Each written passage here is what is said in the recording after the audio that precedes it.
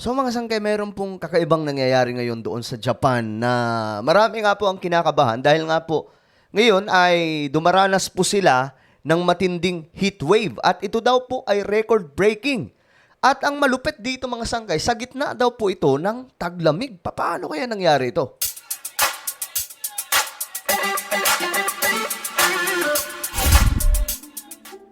So maraming mga taga-Japan ngayon ang nagwo-worry tungkol po sa kalagayan ng kanilang panahon, kanilang bansa. Kasi nga po, biruin nyo, sa gitna po ng taglamig, nagaganap po ang record-breaking na heat wave. Paano nangyari ito mga sanggay? Pag sinabing heat wave, matinding init po yan. No, matinding init ang panahon na tuloy-tuloy. So paano nangyari ito? Taglamig doon sa Japan. Anyway, before we start guys, paki-subscribe po muna yung ating YouTube channel, no? Ayan po. Sa baba ng video na to, dito sa YouTube, kung kayo ay nanonood dito sa YouTube, may makikita po kayong subscribe button. Pindutin nyo lamang po yan, tapos i-click nyo yung bell, at i-click nyo po yung all. At kung kayo naman po ay nanonood sa Facebook, huwag nyo pong kahilimutan na i-follow ang ating Facebook page. At eto mga sangkay, may papagawa lamang po ako sa mga nanonood po sa Facebook. Habang nanonood po kayo mga sangkay, may makikita po kayong tatlong tuldok bandang itaas ng video na to. Gawin nyo po ito ng aktual mga sangkay. Tatlong tuldok, pindutin nyo. Then may lalabas po dyan na show more. Then pindutin nyo po yung show more or yung plus na yan. At ganun lang kasimple. So ito na mga sangkay. Alamin po natin itong balita dun po sa Japan. Medyo nagulat din po ako mga sangkay. Ayan po. Ayon po dito, ang Japan di umano ay nakakaranas ng record-breaking heat wave sa gitna po ng taglamig. Paano kaya nangyari ito, no? Kasi taglamig, tapos may heat wave. Pag sinabi kasi yung heat wave, tuloy-tuloy po yan na init ang panahon. At nagdudulot po ito ng masamang epekto sa komunidad o sa tao. Naalala nyo mga sangkay doon sa Europe, up to now, mga sangkay, nagaganap po ata ito. Pero way back 2023, no? Matinding heat wave yung naranasan ng Europe na marami nga po sa mga kababayan nila doon ang nasawi. So eto mga sangkay, tingnan po natin. Sa loob lamang ng 3 araw ay umabot na sa 337 high temperature records ang nalampasan ng mga naitalang temperatura nitong Pebrero sa buong bansa. Ayon sa pahayag ni Saya Mori sa X na isang Japan Broadcasting Corporation meteorologist, nitong February 19 ay nakapagtala sa Tokyo Haneda Airport ng 73 degree Fahrenheit o 22 degrees Celsius na mas mataas ng 11.8 degrees Celsius kaysa sa average sa petsang iyon at siya rin ang naging monthly record. So, para po sa inyong kaalaman ngayon, mga sangkay, meron po tayong tinatawag na El Nino. No? At bukod sa El Nino, yung matagal na nangyayari sa ating mundo ay ang tinatawag na global warming. Patuloy pong tumitindi, tumataas po, umiinit ang panahon sa iba't ibang panig ng ating mundo. At alam nyo, isa nga po sa balita dito mga sangkay, ang malaking ilog doon po sa Amazon Rainforest. You know Amazon Rainforest? Siguro naman alam nyo po ito. Ang Amazon Rainforest, ang pinakamalaking rainforest na natitira sa ating planeta. Pinakamalawak, mga sangkay. Ngayon, itong kagubatan ng Amazon, mayroon pong malaking ilog doon. At ngayon, mga sangkay, natuyo po yun. At marami po ang nagulat kung paano nangyari yan. So, itong nangyayari ngayon, mga sangkay, sa Japan, ay marami ang nagugulat, pero for me, mga sangkay na lagi pong nag-update sa inyo ng mga ganitong klaseng balita, hindi na po nakakagulat dahil nga po mayroon pong global warming. At ito po yung pinoproblema ngayon ng mga scientist. Kung kaya't mga sangkay, itong mga scientist, sinusubukan po nila maghanap ng ibang mga planeta, parang yun po yung nagiging option nila, na just in case mayroon pong apocalypse na tinatawag or kung anumang magaganap na problema ang ating planeta, mayroon pong malilipatan ang marami sa mga populasyon ng ating mundo. Yung tao, mga sangkay, pwedeng lumipat. Kaya nga lang, wala pa rin po mga sangkay. Malabo pa rin po yan until now. Dagdag pa niya, maging sa Akita na kadalasang nakararanas ng heavy snow tuwing taglamig ay nagkaroon ng zero snow depth ngayong buwan. Di ba? Taglamig mga sangkay na tag-init. Hindi, ganito kasi yan. Ang panahon ngayon doon sa Japan, taglamig.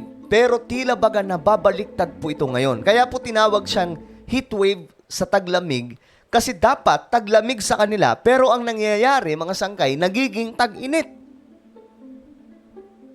Kaya marami po ang kinakabahan. Alam nyo, ito na po yung resulta, mga sangkay, ng sinasabing climate change, di ba? Yung pagbabago ng klima.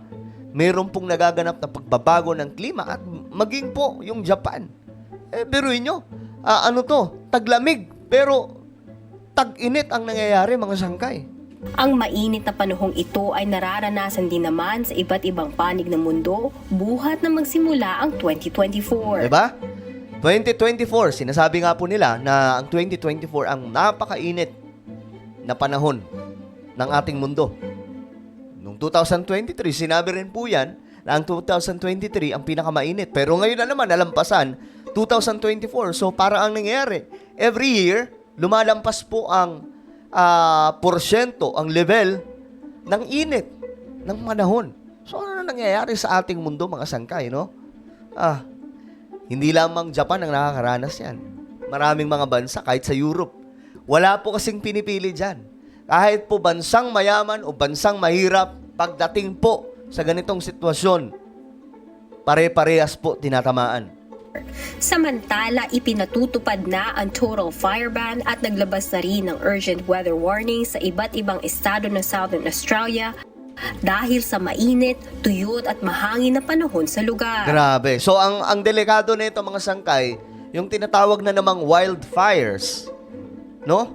If you remember yung Hawaii, last year, di ba yung Hawaii? Isa pong masaklap na nangyari sa kasaysayan niya ng mundo, mga sangkay. Halos buong isla nasunog. Kasama po doon yung mga kabahayan, mga kotse at marami pa pong iba. At may mga casualties. Naglabas naman ng emergency warning sa Western Victoria dahil sa bushfire na tumupok sa nasa 45 ari-arian doon. Grabe, no? O yan, no? Kusa na lamang po nasusunog itong natin, yung mga forest ng ibang mga bansa. Maging ang silangan ng Victoria, Australia ay nakaranas ng sakuna dahil sa rumaragasang hangin na umiikot sa 130 kilometers per hour na siyang sumira sa mga transmission infrastructures. Kaya naman higit sa kalahating milyong tahanan at businesses ang walang ilaw mula nitong Huwebes at 37 bahay ang nasira. Grabe. Ayan, mga sangkay. At least update po tayo, di ba? Itong mga ganitong klaseng kaganapan, mga sangkay, higit pa po ito sa problema ng mga politiko dito sa ating bansa. At maging sa Pilipinas, okay, naganap din po itong wildfires.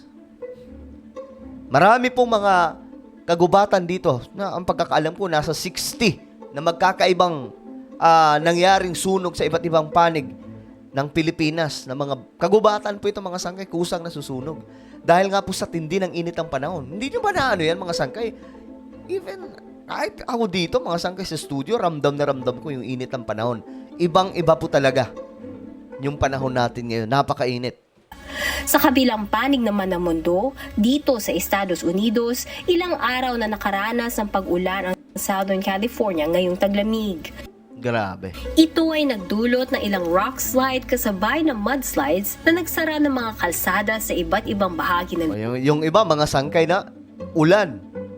Hindi normal na ulan, ha? Yan yung naranasan ng iba, mga sangkay. Kaya itong climate change, totoo po talagang nangyayari ngayon. Okay? Hindi po ito conspiracy theory, kundi totoong nagaganap sa ating mundo. lugar, kagaya ng Malibu Canyon Road, SR 150 at Bouquet Canyon Road. Sa kabila nito, nakahanda ang opisyales ng syudad sa pamamagitan ng Emergency Response Program na nakatalaga bago pa man tumama ang snowstorm sa estado. Abby Valdez. Okay. So, mga sangkay, init ang panahon, lumalala, at ang matindi dito, di ba, sa gitna po ng tag-init. Ayon po sa report ng mga expert pagdating dyan, sabi po nila, Itong El Nino, kasi may El Nino po tayo ngayon eh. Itong El Nino, kapag nakabuo ng bagyo, malala. Ayon po yan sa kanila. Kasi, di ba, usually, pag sinabing El Nino, ano yan, mainit na panahon. Kaya nga lang, pag nakabuo po siya ng bagyo, matindi ang tama nito. So, ayan, Japan po, mga sangkay. Anong opinion nyo dito? Japan nakakaranas ng record-breaking ng heat wave sa gitna po ng taglamig. Nakagulat eh, no? Well, just comment down below. And now, guys, I invite you, please, subscribe my YouTube channel, Sangkay Revelation. Hanapin niyo po ito sa YouTube, okay? Maganda yung topic natin dito, mga sangkay, about po sa mga end-time prophecy na nakasulat po sa Bible. So, click the subscribe, click the bell, and click all. Ako na po ay magpapaalam hanggang sa muli. This is me, Sangkay Janjan. Palagi niyo pong tatandaan that Jesus loves you. God bless everyone.